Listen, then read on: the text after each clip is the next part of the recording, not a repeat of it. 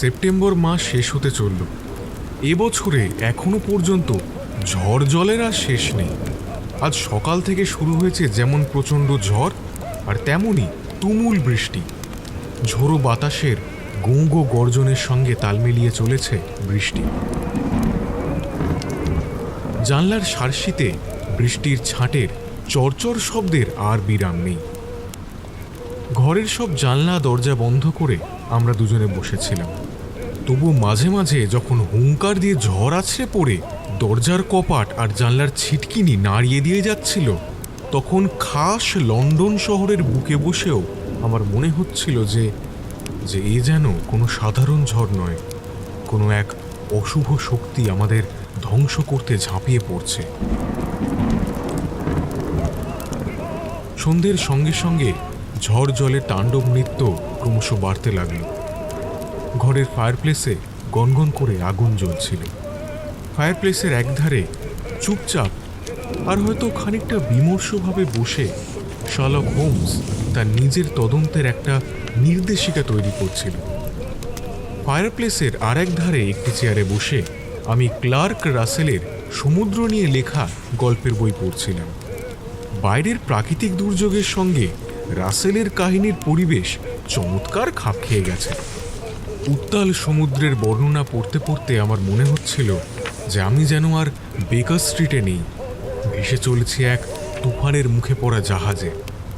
ও হ্যাঁ, বলতে ভুলে গেছি যে আমার স্ত্রী তার এক দূর সম্পর্কের অসুস্থ আত্মীয়কে দেখতে লন্ডনের বাইরে গেছেন। তাই বলেই আমি আবার আমার পুরনো আস্তানায় ফিরে এসেছি। এই কে যেন দরজার কড়া নাড়ল বলে মনে হলো না? এই দুর্যোগ মাথায় করে এত রাত্রিরে কি আবার এলো বলো তো? তোমার কোনো বন্ধুর আসবার কথা আছে নাকি? তুমি তো খুবই ভালো করেই জানো ওয়াটসন, তুমি ছাড়া আমার আর দ্বিতীয় কোনো বন্ধু নেই। আর তাছাড়া অকারণে কেউ আমার কাছে আসুক তা আমি আদপেও চাই না। তাহলে নিশ্চয়ই তোমার কোনো মক্কেল হবে। তাই যদি হয় তাহলে বুঝতে হবে যে তার সমস্যা কিন্তু খুবই গুরুতর। তা না হলে অন্তত আজকের মতন এই দুর্যোগের রাতে কেউ চট করে ঘরের বাইরে বেরোতে রাজি হবে না। তবে আমার মনে হচ্ছে যে সেরকম কেউ নয়। এই আমাদের বাড়িওয়ালার গিন্নির কোনো বান্ধবী টান্ধবী হবে। বাইরে পায়ের শব্দ শোনা যায় এবং দরজায় টোকা পড়ে। শার্লক টেবিল ল্যাম্পটি এমনভাবে ঘুরিয়ে দেয় যাতে আলো আগন্তুকের উপরে পড়ে। দরজা খোলা আছে, ভেতরে আসুন। প্রায় সঙ্গে সঙ্গেই দরজা ঠেলে ঘরে ঢুকল একটি যুবক। তার বয়স খুব বেশি হলে 22-23 হবে। তার জামা কাপড় বেশ শৌখিন এবং পরিপাটি, আর প্রথম দর্শনই যেটা দৃষ্টি আকর্ষণ করে সেটা হলো তার ভদ্র সভ্য আচরণ। যুবকটির হাতের ছাতা থেকে যেরকম ঝরঝর করে জল গড়িয়ে পড়ছিল, আর তার গায়ের বর্ষাতি জলে ভিজে যেরকম চকচক করছিল, তার থেকে আমাদের বুঝতে কোনো কষ্টই হলো না যে বাইরে কি তুমুল ঝড় বৃষ্টি হচ্ছে। ঘরে ঢুকতেই টেবিল ল্যাম্পের জোরালো আলোয় যুবকটির চোখ ধাঁধিয়ে গিয়েছিল। সে খানিকটা হতভম্ব হয়ে এদিক ওদিক তাকাচ্ছিল। তার চোখে মুখে এমন একটা হতাশা আর চাপা দুঃখের ভাব ফুটে রয়েছে যে আমি বুঝতে পারলাম সে খুবই অশান্তিতে আছে। আগে থেকে না বলে কয় হঠাৎ এইভাবে এসে পড়ে আপনাদের অসুবিধে করার জন্য আমি আপনাদের কাছে ক্ষমা চাইছি। আরও ক্ষমা চাইছি আপনাদের এই সুন্দর করে সাজানো ঘরটা জলে কাদায় নোংরা করে ফেলার জন্যে। আপনার ছাতা রেনকোটটা আমার হাতে দিন, আমি ওই কোণে রেখে দিচ্ছি, একটু পরেই শুকনো হয়ে যাবে, কোনো অসুবিধা নেই। আপনি দেখছি দক্ষিণ পশ্চিম অঞ্চলের বাসিন্দা। হ্যাঁ, আমি হরশ্যাম থেকে আসছি। আপনার জুতোতে যে খড়ি মাটি লেগে আছে তা ওই দিককার মাটির বিশেষ গুণ। আমি আপনার সঙ্গে পরামর্শ করতে এসেছি। পরামর্শ দিতে আমার বিন্দু মাত্রকও আপত্তি নেই। শুধু পরামর্শ নয়, আপনার সাহায্যও বিশেষ দরকার। আমার পরামর্শ পাওয়া যতটা সোজা, সাহায্য পাওয়া কিন্তু ততটা সোজা নয়। আপনার কথা আমি অনেকের কাছে শুনেছি। মেজর প্যান্ডারগাস্ট আমাকে নিজে বলেছেন যে কীরকম অদ্ভুতভাবে আপনি তাকে ট্যাঙ্কারউইল ক্লাবের নোংরা ব্যাপারটা থেকে বাঁচিয়ে দিয়েছিলেন। সেই কথাটা ঠিক, তবে ব্যাপারটা কি জানেন, তার বিরুদ্ধে যেই তাস খেলা ও জোত চুরির বদনামটা দেওয়া হয়েছিল সেটা ডাহা মিথ্যে। মেজর প্যান্ডারগাস্টি যে আমাকে বললেন যে কোনো রকম রহস্যের কিনারা আপনি করে দিতে পারেন। এটা তিনি একটু বাড়িয়েই বলেছেন। তিনি আমাকে কথাও বললেন আজ পর্যন্ত কোনো রহস্যের সমাধান করতে আপনি ব্যর্থ হননি।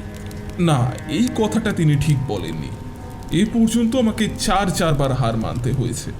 3বার হেরেছি 3টে ভদ্রলোকের কাছে, আর একবার হেরেছি এক ভদ্র মহিলার কাছে। কিন্তু আপনার সাফল্যের বিরাট সংখ্যার সঙ্গে তুলনা করলে এই 4টে পরাজয় তো কিছুই নয়। হ্যাঁ, এই কথা অবশ্য ঠিক যে মোটামুটিভাবে আমি প্রায় সব ব্যাপারেই সফল হয়েছি।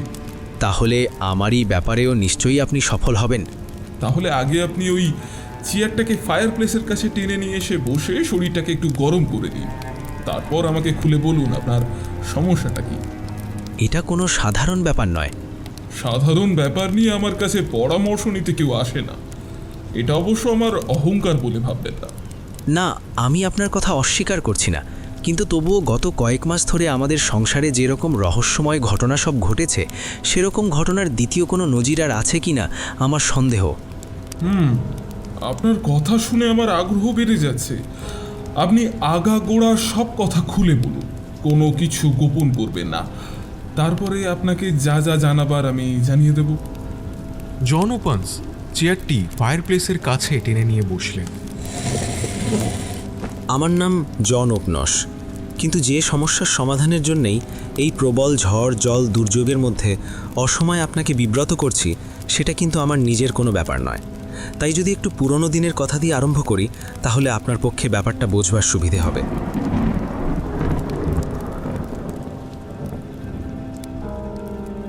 আমার ঠাকুরদার 2 ছেলে, আমার বাবা জোসেফ আর কাকা ইলিয়াস।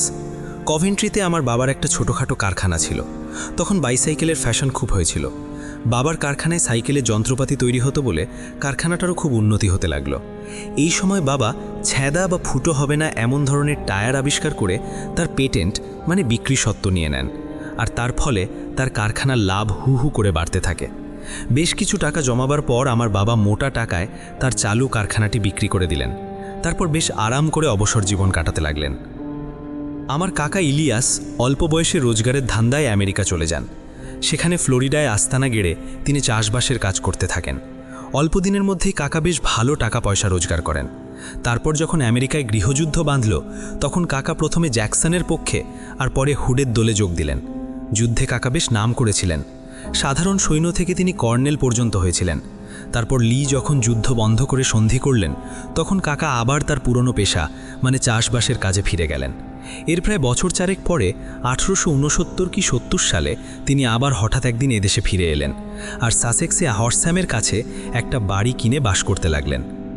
আমরা শুনেছি যে কাকা আমেরিকাতে শুধু প্রচুর টাকা রোজগারই করেননি, তার প্রভাব প্রতিপত্তিও হয়েছিল খুব। তা সত্ত্বেও তিনি যে আমেরিকা ছেড়ে চলে এলেন তার একমাত্র কারণ হলো নিগ্রোদের ওপর তার অসম্ভব ঘৃণা। সেই জন্য রিপাবলিকান দল যখন নিগ্রোদের ভোট দেবার সুযোগ করে দিল তখন তিনি বিরক্ত হয়ে আমেরিকা ছেড়ে এদেশে চলে এলেন। আমার কাকা একজন অদ্ভুত চরিত্রের মানুষ, যেমন রাগী আর তেমনই বদমেজাজি। রেগে গেলে তার ভালো মন্দ কাণ্ডাকাণ্ড জ্ঞান থাকে না। লোকজনের সঙ্গে মেলামেশা করা তো দূরের কথা, মানুষজনের সঙ্গ এড়িয়ে একলা একলা থাকতেই পছন্দ করতেন তিনি। হর্সহ্যামে থাকবার সময় তিনি কোনোদিন কোথাও বেড়াতে গিয়েছিলেন বলে আমার অন্তত মনে পড়ে না। কাকা একটা বিরাট বাড়িতে থাকতেন। তিনি বাড়ির বাগান আর মাঠের মধ্যেই নিয়মিত হাঁটাহাঁটি করতেন তার স্বাস্থ্য ভালো রাখবার জন্যে। তবে আবার কখনো কখনো এমনও হতো যে সপ্তাহের পর সপ্তাহ তিনি নিজের ঘরের মধ্যে চুপচাপ একা একা বসে থাকতেন। তখন তিনি অনবরত কাপের পর কাপ কড়া চা খেতেন আর ধূমপান করতেন। যখন এই রকম অবস্থা চলতো তখন বাইরের কোনো অপরিচিত লোক তো দূরের কথা, তার নিজের ভাই মানে আমার বাবার সঙ্গেও দেখা করতেন না। তবে আমার কথা অবশ্য আলাদা। কাকা আমাকে ভীষণ স্নেহ করতেন। তার কারণ বোধহয় এই যে তিনি আমাকে প্রথম যখন দেখেন তখন আমি একদম ছেলে মানুষ। তখন আমার বয়স খুব বেশি হলে হবে 11 কি 12। সেটা 78 সালের কথা। তারও প্রায় 8-9 বছর আগে থেকে তিনি এখানে স্থায়ীভাবে বাস করতে শুরু করেন। একদিন তিনি আমাদের বাড়িতে এসে বাবাকে ভীষণ ধরে বসলেন আমাকে তার কাছে থাকবার জন্যে। আমাকে তিনি বরাবরই খুব স্নেহ করতেন। যখন তার মাথা ঠান্ডা থাকতো তখন তিনি আমার সঙ্গে সমবয়সী বন্ধুর মতো লুডো ক্যারাম এইসব খেলতেন। আর সেই সময় থেকেই তিনি সংসারের যাবতীয় দায়িত্ব, চাকর বাকরদের তদারকি থেকে শুরু করে দোকানের হিসেব দেখা, পাওনা মেটানো সব কিছু আমার উপর ছেড়ে দিয়েছিলেন। বলতে গেলে আমাকেই তিনি সংসারের কর্তা করে দিয়েছিলেন। অথচ তখন আমার বয়স 16 বছরও হয়নি। আমার কাছেই বাড়ির সব চাবি থাকতো, আমি যেখানে খুশি যেতে পারতাম। তবে তার নিজের ব্যাপারে তিনি কখনো আমাকে কোনো কথা বলেননি, আর আমিও সে ধরনের কোনো কথা তাকে জিজ্ঞেস করতাম না। তবে বাড়ির ছাদের ওপর যে চিলেকোঠা ঘরটা আছে সেটা সবসময় বন্ধ থাকতো, আর সেই ঘরে তিনি কাউকে, এমনকি আমাকেও পর্যন্ত কখনো ঢুকতে দিতেন না। বুঝতেই পারছেন, বয়সটা কম ছিল বলেই হোক আর নিষেধটা খুব কড়া ছিল বলেই কৌতূহলটা ছিল বেশি মাত্রায়। সেই জন্য আমি ফাঁক পেলেই দরজার চাবির ফুটোয় চোখ লাগিয়ে দেখতে চেষ্টা করতাম ওই ঘরের মধ্যে কী সব রহস্য লুকিয়ে আছে। কিন্তু খুবই মন খারাপ হয়ে যেত যখন দেখতাম যে আর 5টা বাড়ির চিলেকোঠায় যা যা থাকে, যেমন পুরনো ভাঙা বাক্স, প্যাটরা আর পুটুলি ইত্যাদি, আমাদের ওই ঘরটাতেও এইসব আজে বাজে জিনিস ছাড়া আর কিছুই নেই। এবছরের মার্চ মাসে হঠাৎ একদিন আমার কাকার নামে একটা চিঠি এলো। চিঠিটায় বিদেশি ডাকটিকিট লাগানো ছিল। এমনিতে কাকার নামে বড় একটা চিঠিপত্র আসে না, দোকানদারদের পাওনা সবসময়ই আমরা নগদ টাকায় মিটিয়ে দিই। আর কাকার এমন কোনো বন্ধুবান্ধব আছে বলে শুনিনি যে কিনা কাকাকে চিঠি লিখতে পারে। চিঠিটা হাতে নিয়ে কাকা বললেন, চিঠিটা দেখছি ইন্ডিয়া থেকে এসেছে। টিকিটের ওপর পন্ডিচেরি ডাকঘরের ছাপ রয়েছে। হ্যাঁ, এ আবার কি ব্যাপার? কাকা খামটা ছিঁড়তেই খামের ভেতর থেকে টেবিলের উপর পড়ল 5টা কমলালেবুর শুকনো বীজ। খাম থেকে কমলালেবুর শুকনো বীজ ঝরে পড়তে দেখে আমার বেদম হাসি পেল, কিন্তু কাকার মুখের দিকে তাকিয়েই শুকিয়ে গেল আমার হাসি। মুখটা হাঁ হয়ে রয়েছে, চোখ দুটো যেন এক্ষুনি ঠেলে বেরিয়ে আসবে। আমার মনে হলো হঠাৎ কোনো জাদুমন্ত্রে তার শরীর থেকে মুহূর্তে সমস্ত রক্ত যেন কেউ শুষে নিয়েছে। কাকার মুখের রং কাগজের মতো সাদা। এক দৃষ্টে খামটার দিকে তিনি তাকিয়ে আছেন। খামটা তার হাতের মধ্যেই ধরা ছিল। অবাক হয়ে দেখলাম তার হাতটা থরথর করে কাঁপছে। আমার মনে হলো সব কিছু যেন ভুলে গেছেন তিনি, কোনো দিকে তার খেয়াল নেই। সেই অবস্থায় হঠাৎ তিনি চেঁচিয়ে উঠলেন, কে? ও ভগবান, এতদিন পরে আমার দেনা শোধের সময় হলো। এসব তুমি কি বলছো কাকা? আমার মৃত্যু নিয়ে এসেছে। বলতে বলতে কাকা খাবার ঘরের টেবিল থেকে উঠে পড়ে নিজের ঘরের দিকে গেলেন।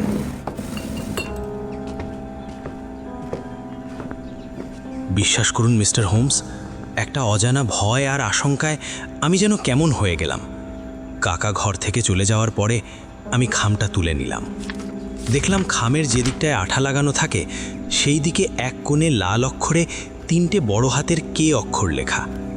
খামের মধ্যে ওই শুকনো বীজ 5টা ছাড়া আর কোনো চিঠিপত্র নেই। আমি বুঝতে পারলাম না যে এই সামান্য ব্যাপারে কাকার এত বেশি ভয় পাওয়ার কি কারণ থাকতে পারে। খাবার ঘর থেকে বেরিয়ে আমি যখন দোতলায় উঠছি তখন সিঁড়িতে কাকার সঙ্গে দেখা হলো। কাকা উপর থেকে নামছেন।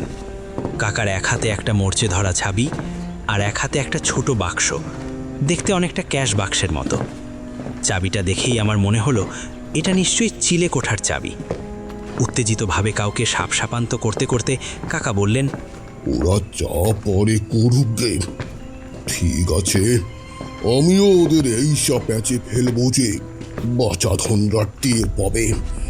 জন, মেরিকে বলো সে যেন এক্ষুনি আমার ঘরের ফায়ার প্লেসে বেশ গনগনে করে আগুন করে দিয়ে যায়। আর হরস্যামে গিয়ে ফোরহ্যাম উকিলকে বলে এসো তার সঙ্গে আমার বিশেষ প্রয়োজন আছে। সে যেন আজই আমার সঙ্গে এক্ষুনি দেখা করে। উকিল যখন এসে হাজির হলো তখন কাকা আমাকে তার ঘরে ডেকে পাঠালেন। ঘরে ঢুকতেই নজরে পড়ল ফায়ার প্লেসে দাউ দাউ করে আগুন জ্বলছে। ফায়ার প্লেসের লোহার শিকগুলোর ওপর স্তূপাকার ছাই আর টুকরো টুকরো পোড়া কালো কাগজ।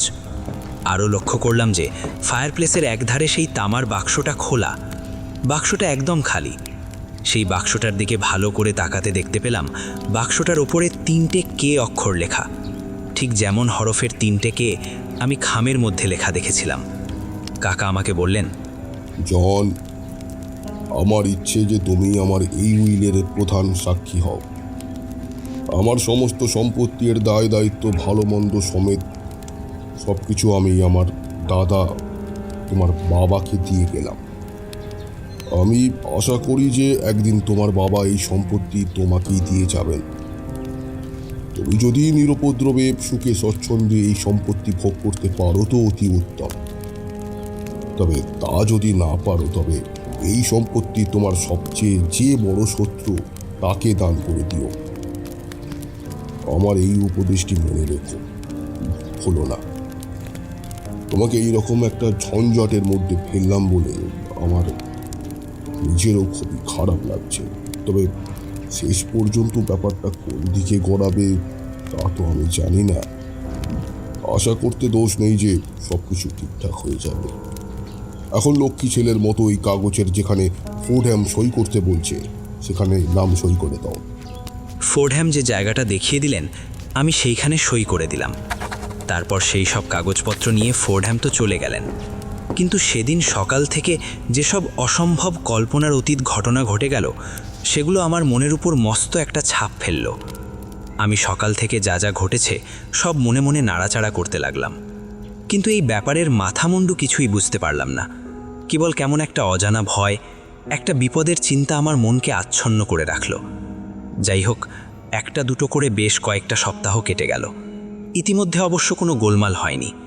আস্তে আস্তে সেই অজানা ভয়ের গা ছমছমানি ভাবটা কমে এলো বটে, কিন্তু সেই ভাবটা মন থেকে একদম মুছে গেল না। এই রকম একটা অস্বস্তিকর অবস্থার মধ্যে দিয়ে আমাদের দিন কাটতে লাগলো। বাইরে থেকে কোনো কিছুই বদলালো না, কিন্তু আমি বেশ বুঝতে পারছিলাম যে আমার কাকা ভেতরে ভেতরে কেমন যেন বদলে যাচ্ছেন। তিনি আমাদের সঙ্গে মেলামেশা, কথাবার্তা বলা একদম বন্ধ করে দিয়ে প্রায় সব সময় নিজের ঘরে খিল লাগিয়ে একলা বসে থাকতেন। অবশ্য এক এক দিন খুব উত্তেজিত অবস্থায় তিনি একটা পিস্তল হাতে নিয়ে ঘরের দরজা খুলে বেরিয়ে আসতেন। সেই সময় তিনি পাগলের মতো চিৎকার করে যা বলতেন তার সারমর্ম হলো যে এ পৃথিবীতে তিনি কাউকে ভয় পান না, কারোর ভয়ে তিনি জন্তুর মতো 24 ঘন্টা তার ঘরের ভেতর বন্দি থাকতে পারবেন না। মানুষ, দানব, ভূতপ্রেত কাউকেই আমি পরোয়া করি না বলে তিনি আমাদের বাড়ির বাগানে আর মাঠে খুব খানিকটা হাঁটাহাঁটি করতেন। কিছুক্ষণ পরেই সেই উত্তেজনার ভাবটা কেটে গেলে তিনি দৌড়ে দৌড়ে বাড়ির মধ্যে ঢুকে দুমদাম করে সব দরজার খিল লাগিয়ে নিজের ঘরে ঢুকে পড়তেন। আমরা শুনতে পেতাম যে তিনি তার ঘরের দরজায় চাবি দিয়ে দিচ্ছেন। সেই সময় তাকে দেখলে মনে হতো যে তার মনের মধ্যে ভয়ের ফাঁসটা তাকে এতই চেপে ধরছে যে তিনি আর সেটা সহ্য করতে পারছেন না। তার দম বন্ধ হয়ে যাচ্ছে।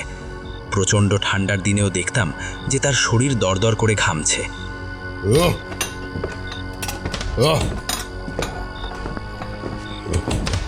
আমি কাউকে ভয় করি না, এই পৃথিবীতে আমি কাউকেই ভয় করি না। কে আসবে আসুক, আসুক, কে আসবে, কে আসবে আসুক, কে আসবে আসুক। মানুষ, দানব, ভূত, প্রেত কাউকেই আমি পরোয়া করি না। আমি আমি আমি কাউকেই ভয় করি না। আমি কাউকেই ভয় করি না। আমি কাউকেই ভয় করি না।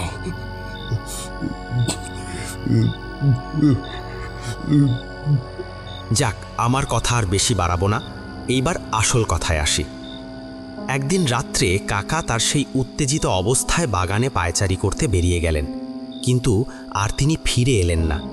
মানে তাকে আমরা আর জীবিতাবস্থায় দেখিনি। অনেক রাত্রি পর্যন্ত কাকা ফিরছেন না দেখে আমরা, মানে আমি আর চাকর বাকররা কাকার খোঁজ করতে গেলাম। আমাদের বাগানের এক কোণে একটা ডোবা আছে। খুঁজতে খুঁজতে আমরা দেখতে পেলাম যে সেই ডোবাটার মধ্যে কাকা উপুর হয়ে পড়ে রয়েছেন, তার দেহে প্রাণ নেই। তবে সেখানে কোনো রকম ধস্তাধস্তি, মারামারি কিংবা শারীরিক বল প্রয়োগের লেশমাত্র চিহ্ন নেই। যথারীতি পুলিশে খবর দেওয়া হলো, পুলিশ এলো। সব দেখে শুনে পুলিশ সিদ্ধান্ত করল যে কাকা মনের অশান্তি সহ্য করতে না পেরে আত্মহত্যা করেছেন। পুলিশের এই সিদ্ধান্ত আমি মেনে নিতে পারলাম না, কেননা কাকা যে শুধু মরতে ভয় পেতেন তাই নয়, তিনি বাঁচতে চাইতেন। যাই হোক, সব চুকে বুকে গেল। আমার বাবা কাকার সব সম্পত্তির মালিক হলেন। দেখা গেল ঘর বাড়ি জায়গা জমি ছাড়াও ব্যাংকে কাকার নগদ 14,000 পাউন্ড জমা আছে। এক মিনিট। আপনার কথা যতটুকু শুনলাম তাতে আমার ভীষণ কৌতূহল হচ্ছে। এই রকম অদ্ভুত ঘটনার কথা আমি এর আগে সত্যিই কখনো শুনিনি, তাই সব ব্যাপারটা আমি খুব ভালো করে বুঝে নিতে চাই। আপনার কি মনে আছে যে আপনার কাকা প্রথম চিঠিটা কত তারিখে পান, আর কত তারিখে তিনি পুলিশের কথা মতন আত্মহত্যা করেন? চিঠিটা এসেছিল 10th মার্চ 83, আর এই চিঠিটা পাবার ঠিক 7 সপ্তাহ পরে কাকার মৃত্যু হয় 2রা মে তারিখের রাত্রে। ঠিক আছে, আপনি বলুন। তারপর আমার বাবা তো হরশ্যামে কাকার বাড়িতে চলে এলেন। একদিন আমি বাবাকে ওই চিলেকোঠাটা ভালো করে দেখতে বললাম। চাবি খুলে ঘরে ঢুকতেই আমাদের নজরে পড়ল সেই তামার বাক্সটা। বাক্সের ডালাটা তুলতেই দেখতে পেলাম ভেতরে রয়েছে একটা ছোট কাগজ। কাগজটার এক পিঠে লেখা রয়েছে কে কে কে, আর তার নিচে লেখা রয়েছে চিঠিপত্র, রসিদ, তালিকা ইত্যাদি। আমরা বুঝতে পারলাম যে ওই ফর্দে যা লেখা রয়েছে সেই সব জিনিস, মানে চিঠিপত্র, রসিদ, তালিকা, সব ওই বাক্সে ছিল। আর ওই কমলালেবুর বীজ পাওয়ার ফলেই কাকা ওই কাগজপত্র পুড়িয়ে ফেলেন।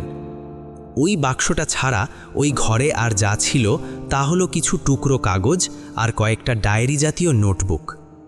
ওই সব নোটবুকে কাকার আমেরিকার সব অভিজ্ঞতার কথা লেখা। কয়েকটা খাতায় শুধু যুদ্ধের কথাই লেখা ছিল। সেগুলো যে কোনো লোক পড়লেই বুঝতে পারবে যে কাকা অত্যন্ত কর্তব্যপরায়ণ অফিসার ছিলেন। বীর যোদ্ধা বলে তার খুব নামও হয়েছিল। আর কয়েকটা খাতায় যুদ্ধের পরেরকার কথা লেখা ছিল। সেই খাতায় কেবলই রাজনীতির কথাবার্তা লেখা। বুঝতে পারলাম যে কাকা রাজনীতির দলাদলিতে বেশ ভালোভাবেই জড়িয়ে পড়েছিলেন। কাকার ডায়েরিতে উত্তরাঞ্চলের নেতাদের সম্বন্ধে বেশ কড়া কড়া সব মন্তব্য লেখা আছে। সে সময় আমেরিকার উত্তরাঞ্চলের সঙ্গে দক্ষিণাঞ্চলের নেতাদের ঝগড়াঝাটি চরমে উঠেছিল। 84 সালের গোড়ার দিক থেকে আমার বাবা পাকাপাকিভাবে হরশ্যামে বাস করতে শুরু করেন। একটা বছর বেশ ভালোভাবেই কাটল। 85 সালের জানুয়ারি মাসে হঠাৎ এক কাণ্ড ঘটল। নববর্ষের ঠিক 4 দিন পরে আমরা আমাদের অভ্যেস মতো সকালবেলায় খাবার টেবিলে বসে কাগজ পড়তে পড়তে গল্প করছিলাম। এমন সময় বাবা চেঁচিয়ে উঠলেন। আমি দেখলাম তার এক হাতে ধরা রয়েছে সদ্য খোলা একটা খাম, আর অন্য হাতে কমলা লেবুর শুকনো 5টা বীজ। এতদিন পর্যন্ত বাবা ওই কমলা লেবুর বীজের ব্যাপারটা আস্ত গাঁজাখুরি বলে উড়িয়ে দিতেন, কিন্তু আমার মনে হলো যে ঠিক এই মুহূর্তে তিনি নিজেই বেশ ঘাবড়ে গেছেন। এসবের আবার মানেটা কি আমি তো বুঝতে পারছি না কিছু। এটা কি কে কে? হ্যাঁ, তাই তো দেখছি। এই তো লেখা রয়েছে কে কে কে, ট্রিপল কে, কিন্তু এইটা আবার কি লেখা রয়েছে? বাবার ঘাড়ের পাশ দিয়ে উকি মেরে দেখলাম খামটার ভেতরে লেখা রয়েছে সমস্ত কাগজপত্র সূর্যঘড়ির ওপরে রেখে দেবে।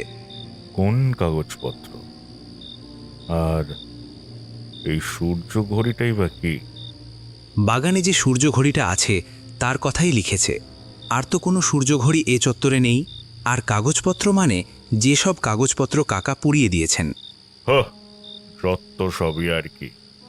আমরা একটা সভ্য দেশে বাস করি। এই দেশে আইন কানুন আছে। এখানে এই ধরনের বাঁদরামি চলবে না।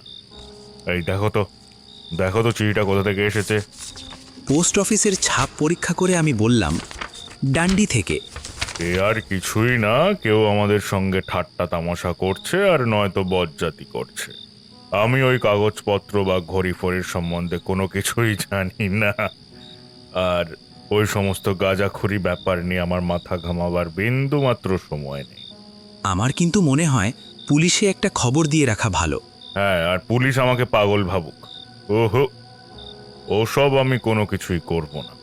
বেশ, তো আপনি নিজে যদি পুলিশকে জানাতে না চান তো আমি পুলিশকে খবর দিয়ে দিচ্ছি। না, আমি তোমাকে বারণ করছি। এই ধরনের একটা অর্থহীন বাজে ব্যাপার নিয়ে কোনো রকম কিছু হইচই হোক, সেটা আমি একদম পছন্দ করি না। আমি বুঝলাম যে এই ব্যাপারে কথা বাড়িয়ে আর কোনো ফল হবে না। আমার বাবা ভীষণ একরোখা প্রকৃতির লোক। যেটা তিনি একবার না বলবেন সেটা আর হ্যাঁ হবে না। তাই ইচ্ছে থাকলেও এ ঘটনার কথা আমি পুলিশকে জানাতে পারলাম না। কিন্তু আমার মন ভয়ানক উদ্বিগ্ন হয়ে রইল। ওই চিঠি আসবার 3 বাদে একদিন আমার বাবা তার এক বন্ধুর সঙ্গে দেখা করতে পোর্টসডাউন হিলে গেলেন। বাবার বন্ধুর নাম মেজর ফ্রিবডি। তিনি ওই অঞ্চলের একটি দুর্গের অধিনায়ক। বাবা পোর্টসডাউন হিলে যাওয়াতে আমি মনে মনে বেশ স্বস্তি পেলাম। কি জানি কেন আমার মনে বিশ্বাস হয়েছিল যে বিপদ আমাদের হরশ্যামের বাড়ির আনাচে কানাচে লুকিয়ে আছে। তাই আমি ভাবলাম যে বাবা যদি হরশ্যামে না থেকে অন্য কোথাও গিয়ে কিছুদিন থাকেন তো বিপদের থাবা সেখান অবধি পৌঁছতে পারবে না। তখন কি বুঝতে পেরেছিলাম যে আমার ধারণা কত ভুল। বাবা পোর্টসডাউন হিলে যাবার পরের দিন আমি মেজরের কাছ থেকে একটা জরুরি টেলিগ্রাম পেলাম। তিনি আমাকে যত তাড়াতাড়ি সম্ভব পোর্টসডাউন হিলে যেতে লিখেছেন। আমার বাবা একটা গভীর গর্তে পড়ে গিয়ে মাথার খুলিতে ভীষণ আঘাত পেয়ে সংজ্ঞাহীন অবস্থায় রয়েছেন। খবর পেয়েই তো আমি রওনা হলাম। বাবার জ্ঞান আর ফিরল না। বাবা মারা গেলেন। খোঁজ খবর করে যা জানতে পারলাম তা হলো যে সন্ধ্যের অন্ধকারে ফেয়ারহ্যাম থেকে একা একা ফেরবার সময় তিনি খড়িমাটির গভীর গর্তে পড়ে যান। একে তো ওই অঞ্চলের পথঘাট তার অচেনা, তার ওপর ওই গর্তটা বেড়া দিয়ে ঘেরা থাকায় বিচারকদের সিদ্ধান্ত হলো যে দুর্ঘটনায় বাবার মৃত্যু হয়েছে। আমার বাবার মৃত্যু আমাকে ভীষণভাবে বিচলিত করল। আমার মনে হলো যে বাবার মৃত্যুটা ঠিক স্বাভাবিক নয়। কিন্তু মুশকিল হলো এই যে বাবাকে যে খুন করা হয়েছে তার কোনো প্রমাণ জোগাড় করতে পারলাম না। বাবাকে কেউ বা কারা জোর করে গর্তের মধ্যে ঠেলে দিয়েছে তার কোনো সাক্ষী বা প্রমাণ পেলাম না। বাবা যে গর্তটায় পড়ে গিয়েছিলেন সেই গর্তটার কাছে বাবার ছাড়া দ্বিতীয় কোনো ব্যক্তির পায়ের ছাপও নেই। বাবার পকেট থেকে কিছু চুরি যায়নি, এমনকি ওই অঞ্চলে কোনো অপরিচিত লোককেও সেই সময় দেখা যায়নি। এসব সত্ত্বেও আমি মনে মনে শান্তি পাচ্ছিলাম না। যদিও কোনো প্রমাণ আমার হাতে ছিল না, তবু আমার মনের মধ্যে যে সন্দেহটা দানা বাঁধতে শুরু করেছিল সেটা একটা স্পষ্ট আকার নিল। আমার বিশ্বাস হলো যে এসবের পিছনে রয়েছে কোনো দুশ্মনের হাত। এই রকম বলতে গেলে এক দুষ্ট গ্রহের ফেরে আমি তো ওই সম্পত্তির মালিক হয়ে গেলাম। আপনি জিজ্ঞেস করতে পারেন যে সম্পত্তিটা আমি বিক্রি করে দিলাম না কেন।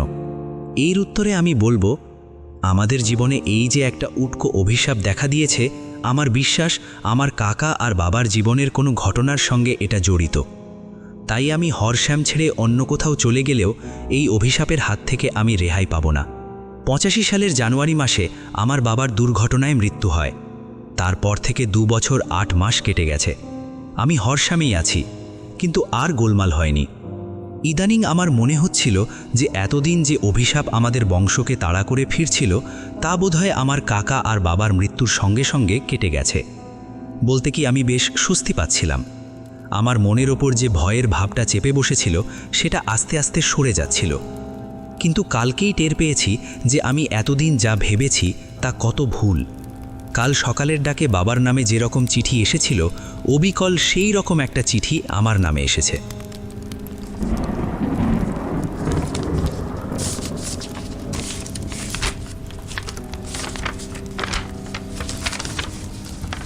জনপান্স তার কোটের পকেট থেকে একটা দোমড়ানো খাম বের করে উপুর করলেন।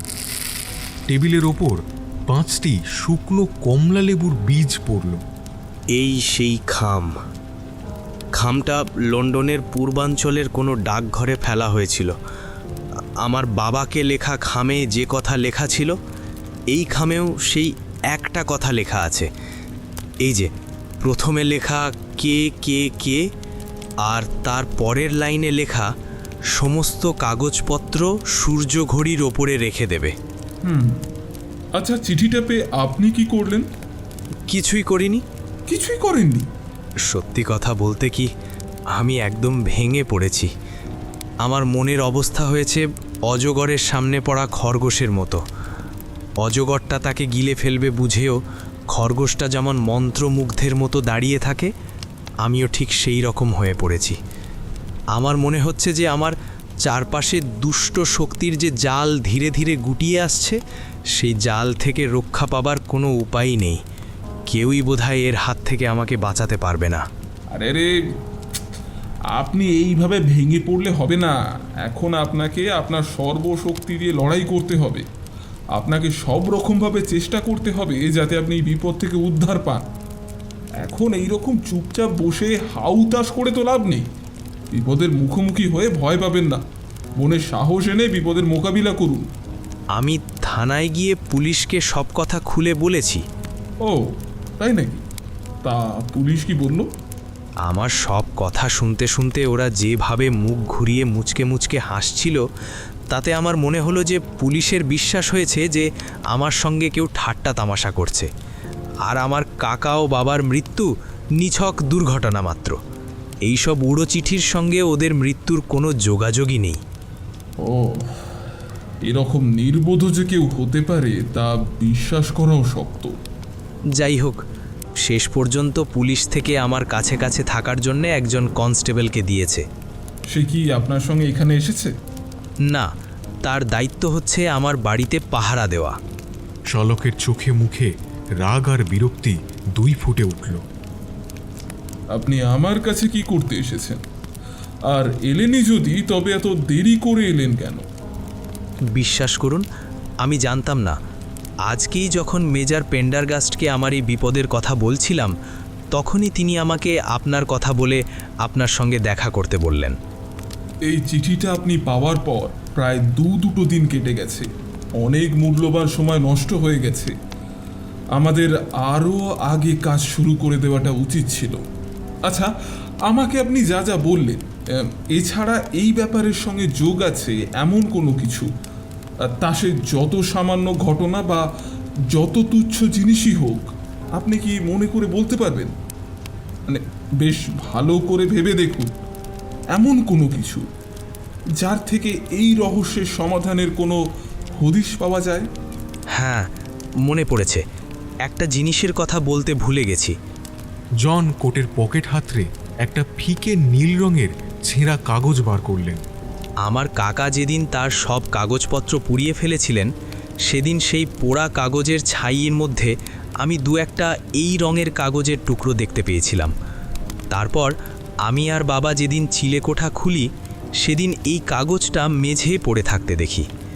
আমার তখনই মনে হয়েছিল যে তাড়াতাড়ি বান্ডিল করে আনবার সময় এই কাগজটা কোনো ক্রমে কাকার হাত ফসকে পড়ে যায় বলে এটা আর সব কাগজের মতো পুড়ে ছাই হয়ে যেতে পারেনি। এই কাগজটাতে কমলা লেবুর বীজের কথা ছাড়া এমন কিছু লেখা নেই যার থেকে আমাদের কোনো সাহায্য হতে পারে। আমার মনে হয় এটা একটা ডায়েরির ছেঁড়া পাতা। তবে হাতের লেখা যে আমার কাকার, সে বিষয়ে কোনো সন্দেহ নেই। জন ল্যাম্পের আলোয় কাগজটি নিয়ে এলেন। হোমস আর আমি দেখার জন্য হুমড়ি খেয়ে পড়লাম। কাগজটার ওপরে এক কোণে লেখা মার্চ 69।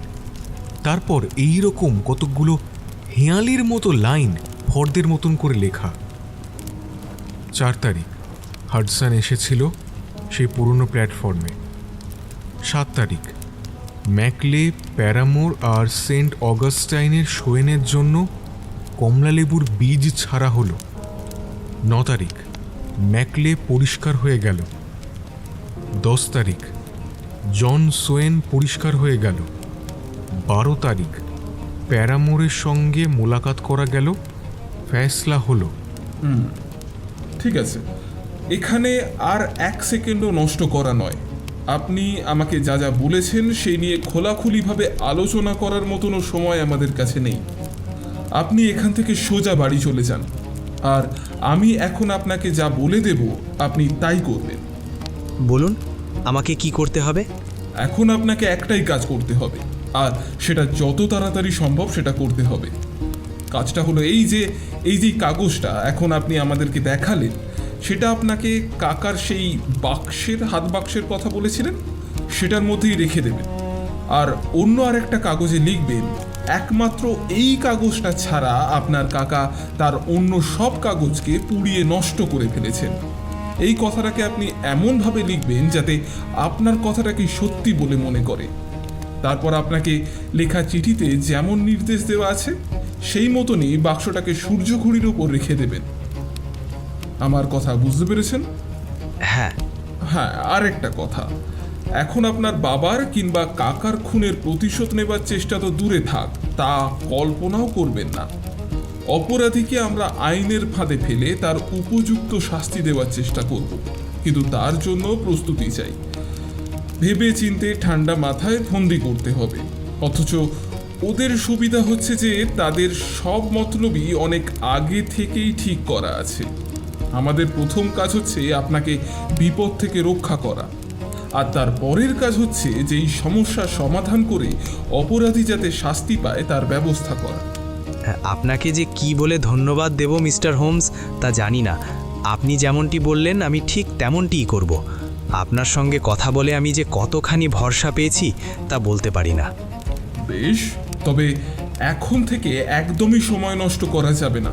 আপনার বিপদ যে কি সত্যি সত্যি মারাত্মক সে বিষয়ে আমার মনের ভেতর বিন্দুমাত্রকু সন্দেহ নেই। ভালো কথা, আপনি ফিরবেন কিভাবে? আমি ওয়াটারলু স্টেশন থেকে ট্রেন ধরব। হ্যাঁ, এখনো 9টা বাজেনি, রাস্তায় এখনো লোক আছে। মনে হয় পথে আপনার কোনো বিপদ আপদ হবে না, তবুও সাবধানের মার নেই। খুবই স্বয়ংক্রিয় থাকবেন, চারিপাশে নজর রাখবেন, বিপদকে কখনো অবহেলা করতে নেই। আমার সঙ্গে অস্ত্র আছে। বাহ, এটা আপনি ভালো কাজ করেছেন। আমি কাল থেকেই আপনার ব্যাপারটা তদন্ত শুরু করব। তাহলে তো কালই আপনার সঙ্গে হর্ষামি দেখা হবে। না, এই রহস্যের মূল আছে লন্ডন শহরে, তাই আমাদের লন্ডন থেকেই কাজ শুরু করতে হবে। ঠিক আছে, তাহলে 2-1 দিনের মধ্যে আমি আপনার সঙ্গে দেখা করে যাব। ইতিমধ্যে ওই কাগজটা আর বাক্সটা সূর্য ঘড়ির ওপর রাখার ফলই বা কী হলো আপনাকে জানাতে পারবো।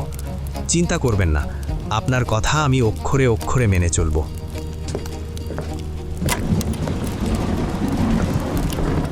জন ওপান্স চলে গেলেন। বাইরে তখনও ঝোড়ো বাতাসের গুঁগো গর্জন আর বৃষ্টির একটানা ঝরঝর শব্দ শোনা যাচ্ছিল।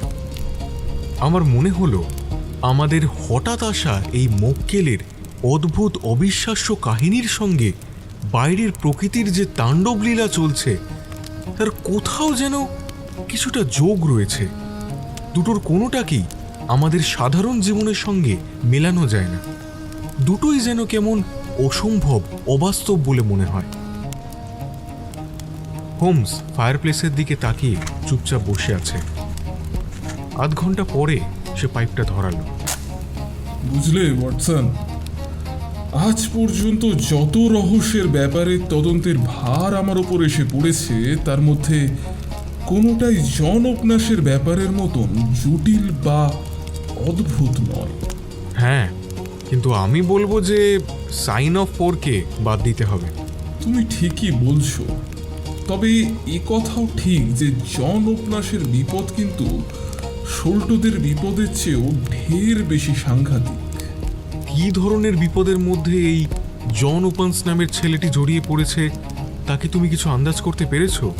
মানে বিপদটা ঠিক কি ধরনের? আর এই কে কে কে এইটাই বা কি? আর কেনই বা এই কে কে কে?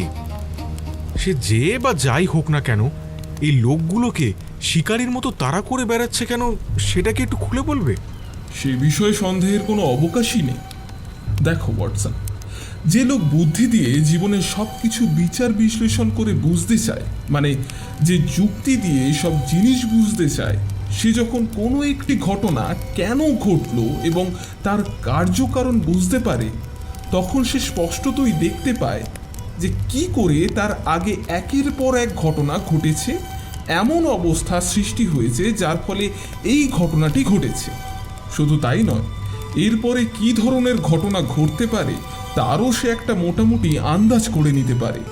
নির্ভুল বিচার বিবেচনা ও যুক্তির সাহায্যে আমরা জীবনের বিভিন্ন বিভিন্ন ক্ষেত্রে কীরকম আশ্চর্য রকম ফল পেতে পারি এখনো আমরা ঠিক মতন বুঝে উঠতেই পারিনি। এমন অনেক সমস্যা আছে যার সমাধান করা হয়তো কোনো মানুষের পক্ষে বিস্তর খাটাখাটনির পরেও সম্ভব হয়নি। সেই রকম সমস্যার সমাধান কোথাও না গিয়ে সির্ফ ঘরে বসেই করে ফেলা সম্ভব। যে বিশ্লেষণ শক্তির কথা আমি বলছি সেই শক্তির চূড়ান্ত বিকাশ ঘটাতে গেলে প্রথমে যা দরকার লাগে তা হলো হাতের কাছে যেসব তথ্য রয়েছে সেইগুলোকেই ঠিক মতনভাবে কাজে লাগানোর দক্ষতা। আর সেই দক্ষতা অর্জন করতে গেলে যেটা সব থেকে বেশি দরকার সেটা হলো অনেক বিষয়ের ওপর অগাধ জ্ঞান, যত বেশি সম্ভব বিষয়ের সন্ধানে গভীর পড়াশোনা। আমার বেশ মনে আছে যে আমার সঙ্গে প্রথম আলাপের কিছুদিন পরেই তুমি আমার সম্বন্ধে বেশ কিছু মজার হিসাব করেছিলে। হ্যাঁ, বলতে পারো সেটা তোমার সম্বন্ধে একটা রিপোর্ট কার্ড। দর্শনশাস্ত্রে, জ্যোতির্বিজ্ঞানে আর রাজনীতিতে তোমার যা জ্ঞান আছে তাতে তোমাকে আমি গোল্লা দিয়েছিলাম। উদ্ভিদ বিজ্ঞানে তোমার জ্ঞান চলনসই। ভূতত্ত্বে, বিশেষ করে লন্ডন শহরের প্রায় 50 মাইলের পরিধির মধ্যে যেসব জায়গা আছে সেসব অঞ্চলের মাটির বিশেষত্ব সম্পর্কে তোমার জ্ঞান অসাধারণ। রসায়ন শাস্ত্রে তোমার জ্ঞান যাকে বলা যেতে পারে একেবারে খাপছাড়া। শারীরবিদ্যাতেও তোমার জ্ঞান কোনো কোনো বিষয়ে ভালো, আবার কোনো কোনো বিষয়ে খুবই খারাপ। তবে খুন, রাহাজানি, জালিয়াতি বা যেসব অপরাধমূলক ঘটনা ঘটেছে তার খুঁটিনাটি যাবতীয় তথ্য তোমার নখদর্পণে।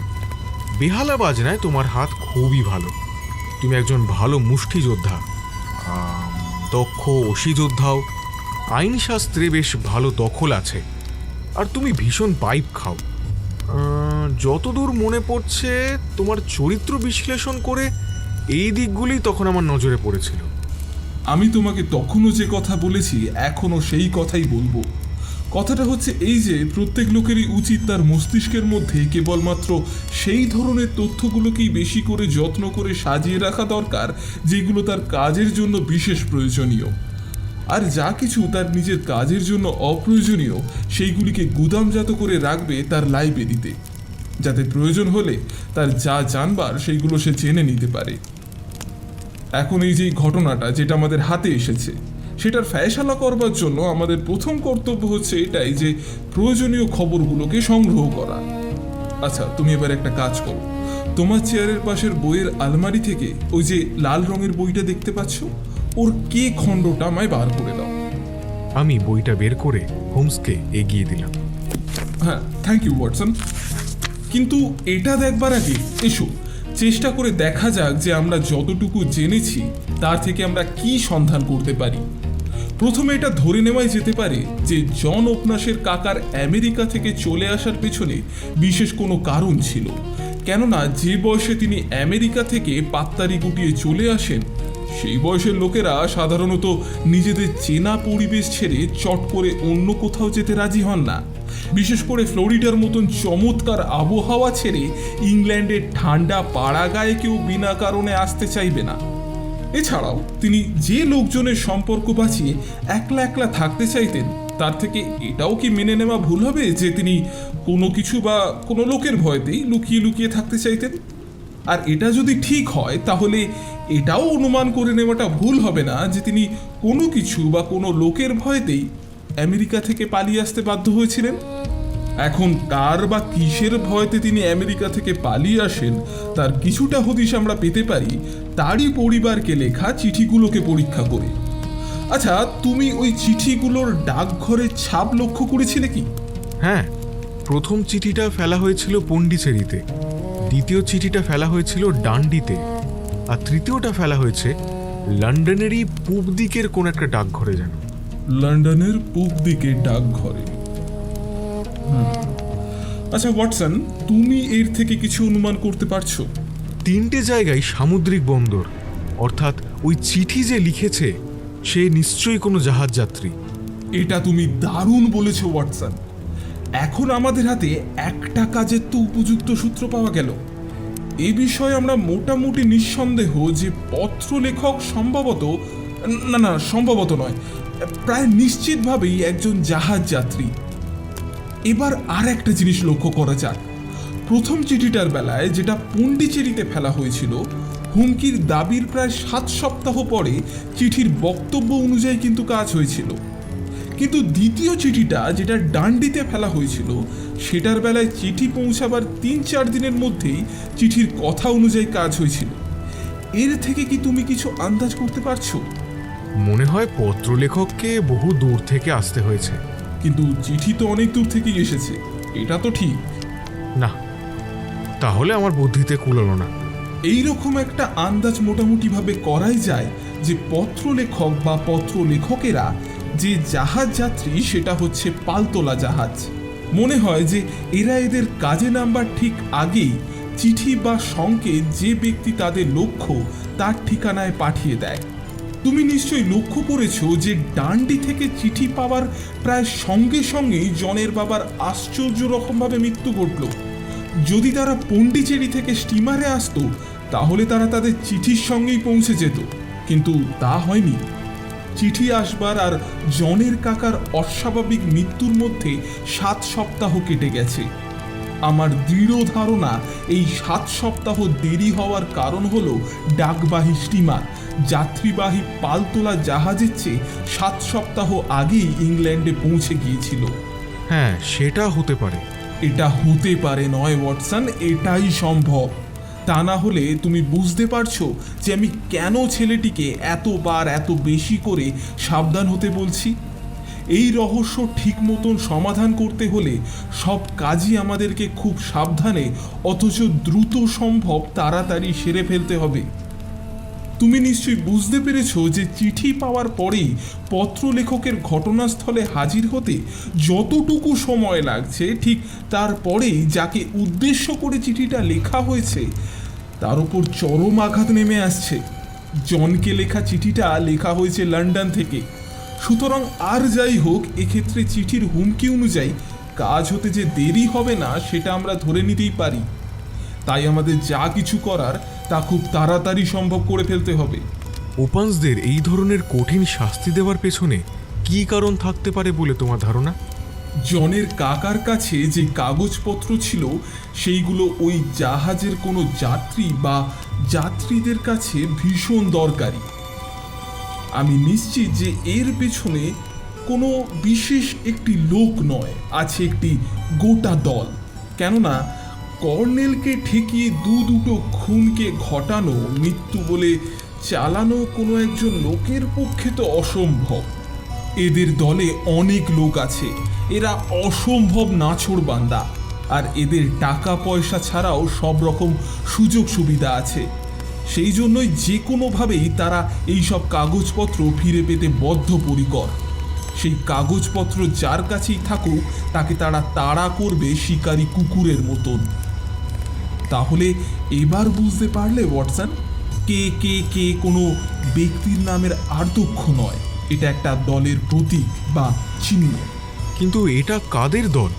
সে কি, তুমি কু ক্ল্যাক্স ক্ল্যানের নাম শোনোনি? কই না তো। এই যে কু ক্ল্যাক্স ক্ল্যান। রাইফেলের গুলি পুড়তে গেলে যে শব্দ হয় সেই আওয়াজের সঙ্গে মিলিয়েই এই দলের নাম দেওয়া হয়।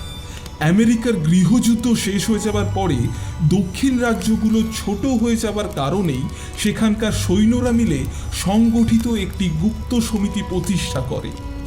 আর খুব অল্প সময়ের মধ্যেই দেশের বিভিন্ন অঞ্চলে এই গুপ্ত সমিতির শাখা প্রতিষ্ঠিত হয়। টেনিস, লুইসিয়ানা, ক্যারোলিনা, জর্জিয়া আর ফ্লোরিডায় এদের শাখাগুলো খুবই মাথাচাড়া দিয়ে ওঠে। সাধারণভাবে রাজনৈতিক ক্ষমতা লোভের উদ্দেশ্যেই রাজনৈতিক দল বা ব্যক্তিবিশেষ এদেরকে কাজে লাগাতো। এদের কাজ ছিল মোটামুটি 2 রকমের। এক, নিগ্রো ভোটারদের ওপর অত্যাচার করা এবং তাদের ভয় দেখানো। আর দ্বিতীয় হলো তাদের সঙ্গে যাদের মতের মিল হতো না তাদেরকে একেবারে শেষ করে ফেলা। এই ধরনের জঘন্য কার্যকলাপ করতে মোটামুটি একটি নির্দিষ্ট পদ্ধতি ব্যবহৃত হতো। যে লোককে তারা নিজের শত্রু বলে মনে করত তাকে প্রথমে একটি হুমকি দেওয়া চিঠি পাঠাতো। সেই চিঠির সঙ্গে থাকতো অসত্য গাছের পাতা, না হয় তরমুজ বা কমলা লেবুর বীজ। এই হুমকি দেওয়া চিঠি যাকে দেওয়া হতো সে না হয় চিঠির শর্ত অনুযায়ী কাজ করত, না হয় দেশ ছেড়ে পালাতো। আর যারা ওদের হুমকিকে অগ্রাহ্য করেছে তাদের প্রত্যেকেরই অস্বাভাবিক বা আকস্মিকভাবে মৃত্যু ঘটেছে। এদের এই সমিতির কাজকর্ম এমনই নিখুঁত আর গোছানো ছিল যে আজ পর্যন্ত এরা যাদের যাদের চিঠি পাঠিয়েছে তাদের একজনেরও এদের হাতে রক্ষা পায়নি। এইভাবেই এরা এতদিন একের পর এক অন্যায় কাজ করে গেছে। সেই জন্যই এদের দলের কোনো লোককেই ধরতে পারা তো দূরের কথা, এদের একজনেরও আসল পরিচয় পুলিশ পায়নি। বেশ কিছুকাল মার্কিন সরকারের সমস্ত রকম চেষ্টাকে এরা বুড়ো আঙুল দেখিয়ে এই গুপ্তঘাতক সমিতি তাদের অত্যাচার বেশ জোরালোভাবেই চালিয়েছে। এদের দাপট খুব বেশি ছিল দক্ষিণ দিকের প্রদেশগুলোতে। তারপর 1969 সালে রাতারাতি এদের সমিতির কার্যক্ষমতা সব বন্ধ হয়ে গেল। তারপরে অবশ্য কখনো কখনো 2-1টা ছোটোখাটোভাবে এদের কুকর্মের খবর পাওয়া গেছে। এবারে কথা হচ্ছে, তুমি যদি একটু খুঁটিয়ে দেখো তাহলে লক্ষ্য করবে যে এই সমিতির উঠে যাওয়ার সঙ্গে সঙ্গে উপন্যাসের কাকার আমেরিকা থেকে কাগজপত্র নিয়ে পালিয়ে আসার সময়ের একটা দিকে যোগাযোগ আছে। আবার এমনও হতে পারে যে জনের কাকা আমেরিকা থেকে পালিয়ে এলেন বলেই এই সমিতিও উঠে গেল। সেই কারণের জন্যই ওই সমিতির লোকগুলো বন্য কুকুরের মতন হন্য হয়ে গেল উপন্যাসের বংশের পেছনে। এটা নিশ্চয়ই তুমি বুঝতে পেরেছ যে জনের কাকা যে ডায়েরি নিয়ে পালিয়ে আসেন তাতে সমিতির অনেক সদস্যের ব্যক্তিগত পরিচয় ছাড়াও বহু গোপন খবর লেখা ছিল। সুতরাং সেই ডায়েরি উদ্ধার না হওয়া পর্যন্ত এদের ঘুম হবে না। তাহলে ডায়েরির যে ছেঁড়া পাতাটা আমরা দেখেছি, তুমি যা অনুমান করেছ ঠিক তাই। আমার যতদূর মনে পড়ছে তাতে এই রকমই কিছু লেখা ছিল। ABC কে কমলা লেবুর বীজ ছাড়া হলো, এর মানে হচ্ছে যে এদেরকে সাবধান করে দেওয়া হলো। তারপরে লেখা ছিল A আর B পরিষ্কার হয়ে গেছে, এর মানে হচ্ছে এরা দেশ ছেড়ে পালিয়েছে।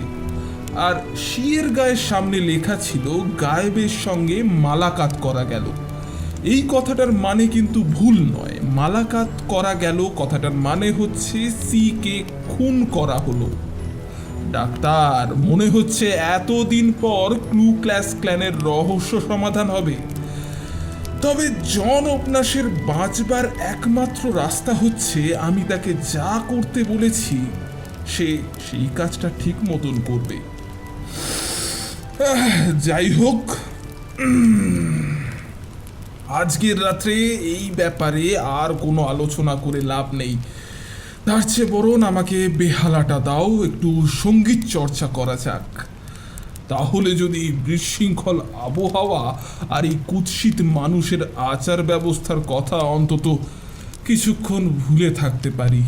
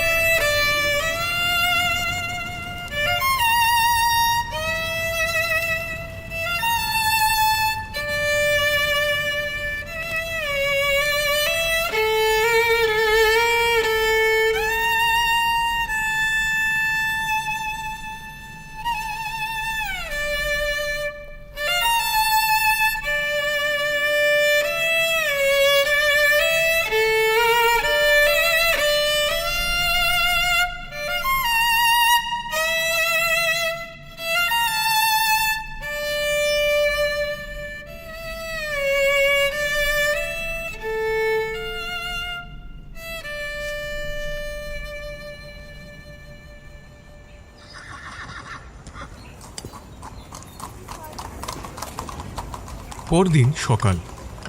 আজ আকাশ পরিষ্কার। বেকার স্ট্রিটের বসার ঘরে আমি আর শার্লক বসে আছি। শার্লক তার প্রাতরাশ শেষ করছে। আমি খবরের কাগজে চোখ বোলাতে বোলাতে হঠাৎই একটা খবর দেখে চমকে উঠলাম। হোমস, তুমি অনেক দেরি করে ফেলেছ। আমি এই আশঙ্কাটাই করেছিলাম। তা কি করে ব্যাপারটা ঘটলো? ওয়াটারলুর কাছে ট্র্যাজেডি বলে যে খবরটা বেরিয়েছে তাতে জন ওপেন্সের নামটা আমার চোখে পড়ে। এই যে পড়ছি, শোনো। গতকাল রাত্রি 9টা থেকে 10টার মধ্যে ওয়াটারলু ব্রিজের কাছে পাহারা দেওয়ার সময় এইচ ডিভিশনের পুলিশ কনস্টেবল কুক একটা আর্তনাদ আর তার সঙ্গে সঙ্গে জলে পড়ে যাওয়ার একটা শব্দ শুনতে পায়। গত রাত্রিতে ঝড় জল আর অন্ধকারের মধ্যে বেশ কয়েকজন লোকের সাহায্য পাওয়া গেলেও জলে পড়ে যাওয়া লোকটিকে সঙ্গে সঙ্গে জল থেকে তোলা যায়নি। তৎক্ষণাৎ বিপদ সংকেত দেওয়া হয় এবং জল পুলিশের সাহায্যে কিছুক্ষণ খোঁজাখুঁজির পরে লোকটির মৃতদেহ নদী থেকে তোলা হয়। লোকটির কোট প্যান্ট পরীক্ষা করে একটি খাম পাওয়া যায়। তার থেকে লোকটির যেটুকু পরিচয় পাওয়া গেছে তা হলো তার নাম জন ওপেন্স, বাড়ি হরশ্যাম। মনে করা হচ্ছে যে ওয়াটারলু থেকে শেষ ট্রেন ধরবার জন্য তাড়াতাড়ি যেতে গিয়ে অন্ধকারে সে পথ ভুল করে এবং স্টিমার ঘাটের কিনারায় পা ফসকে নদীতে পড়ে যায়। যুবকটির দেহ ভালোভাবে পরীক্ষা করেও কোনো আঘাত বা ধস্তাধস্তির চিহ্ন পাওয়া যায়নি। সন্দেহ নেই যে দুর্যোগের রাত্রিতে একটি দুর্ভাগ্যজনক দুর্ঘটনার শিকার হতে হলো তাকে। আমার আত্মসম্মানে দারুণ আঘাত লেগেছে। তুমি বলতেই পারো যে এক্ষেত্রে আমার আত্মসম্মানের প্রশ্নটা খুবই তুচ্ছ, তা তুমি ঠিকই। তবে বিশ্বাস করো, আমার আত্মসম্মানে ঘা লেগেছে। জন উপন্যাসের ব্যাপারটা এখন আমার কাছে আর নিছক কেস নয়, এটা আমার ব্যক্তিগত ব্যাপার হয়ে দাঁড়ালো। ঈশ্বর সহায় হলে আমি দুষ্ট চক্রের সব কটা শয়তানকে শায়েস্তা করব। আমি ভাবতেও পারছি না যে লোকটা আমার কাছে সাহায্যের জন্য এলো তাকে আমি মৃত্যুর দিকে ঠেলে দিলাম। হোমস উত্তেজিতভাবে পায়চারি করতে লাগলো। বুঝলে ওয়াটসন, ওই শয়তানগুলো যেমন চতুর তেমনই বেপরোয়া। আমি শুধু ভাবছি কি কায়দায় ওরা ছোকরাটাকে ভুলিয়ে ভালিয়ে ওই রাস্তা দিয়ে নিয়ে গেল। তাড়াতাড়ি স্টেশনে যেতে হলে নদীর বাঁধের রাস্তাটা কেউ নেয় না, ওটা ঘুরপথ। যদিও কাল দুর্যোগ ছিল, তবুও ব্রিজের রাস্তায় লোকজনের যাতায়াত ছিল, তাই ওদের পক্ষে কাজটা হাসিল করা শক্ত হতো। আচ্ছা, এখন দেখা যাক শেষ পর্যন্ত কে জেতে আর কে হারে। ওয়াটসন, আমাকে এখনই বেরোতে হবে। কোথায়? পুলিশের কাছে? না, মোটেও না। আমার পুলিশ তো আমি নিজেই। দাঁড়াও, তার আগে ওদের চারিদিকে ভালো করে বেড়াজাল দিয়ে দিই। ওরা জালে পড়ুক, তখন পুলিশকে খবর দেয়া যাবে। তার আগে পর্যন্ত যা করার আমাকেই করতে হবে। চলো ডাক্তার, আমি বেরোই, দেরি হয়ে যাচ্ছে।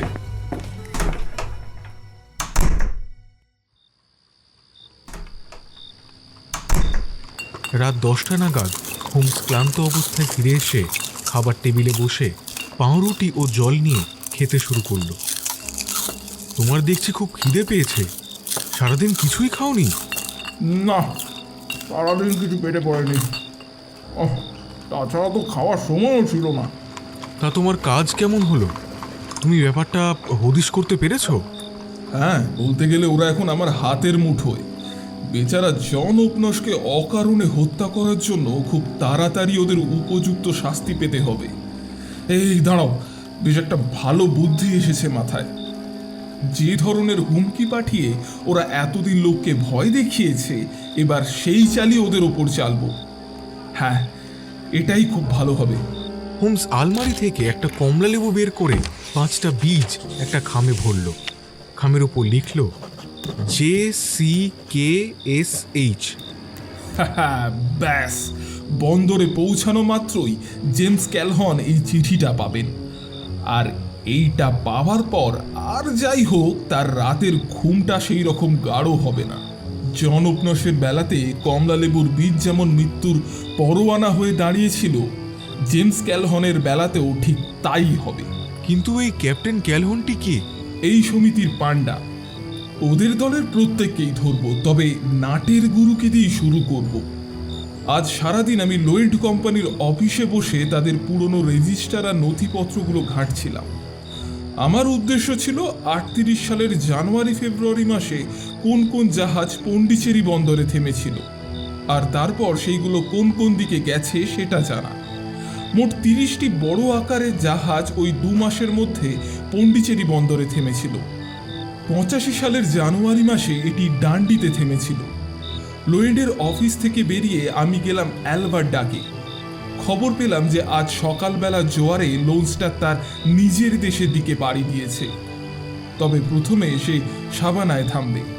লোনস্টার সাভানায় পৌঁছাবার আগেই ডাকবাহী স্টিমারটা আমার ওই চিঠিটাকে সাভানায় পৌঁছে দেবে। আর ইতিমধ্যেই সাভানা পুলিশের কাছে লন্ডন পুলিশের একটা টেলিগ্রাম করে জানিয়ে দেবে যে ওই 3 জন খুনের অভিযোগে অভিযুক্ত করা হয়েছে এবং তাদেরকে যেন ফেরত পাঠানো হয়।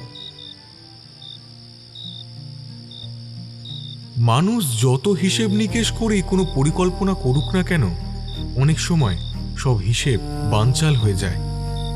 আর এই রকম এক অভাবনীয় কারণেই জন ওপেন্সের হত্যাকারীদের হাতে তাদের নামে পাঠানো কমলালেবুর বীজ সমেত খাম পৌঁছায়নি। তাতে তাদের ক্ষতি তো হয়নি, বরং লাভই হয়েছে বলা যায়। তাদের পেছনে যে তাদের চেয়ে ঢের বেশি নাছোড়বান্দা এবং ঢের বেশি বুদ্ধিমান একজন লোক ধাওয়া করেছে, যে তাদের অপরাধের শাস্তি না দিয়ে ছাড়বে না, এই দুশ্চিন্তার হাত থেকে তারা বেঁচে গেছে। বহুদিন অপেক্ষা করেও আমরা লোন স্টারের কোনো খবর পায়নি। সে বছর সামুদ্রিক তুফান খুব বেশিই হচ্ছিল। বেশ কিছুকাল পরে আটলান্টিক মহাসাগরে একটা কাঠ ভাসতে দেখা যায়। কাঠটার গায়ে LS এই অক্ষর দুটো খোদাই করা ছিল। এরপরে লোন স্টারের কোনো খবরই আর পাওয়া যায়নি।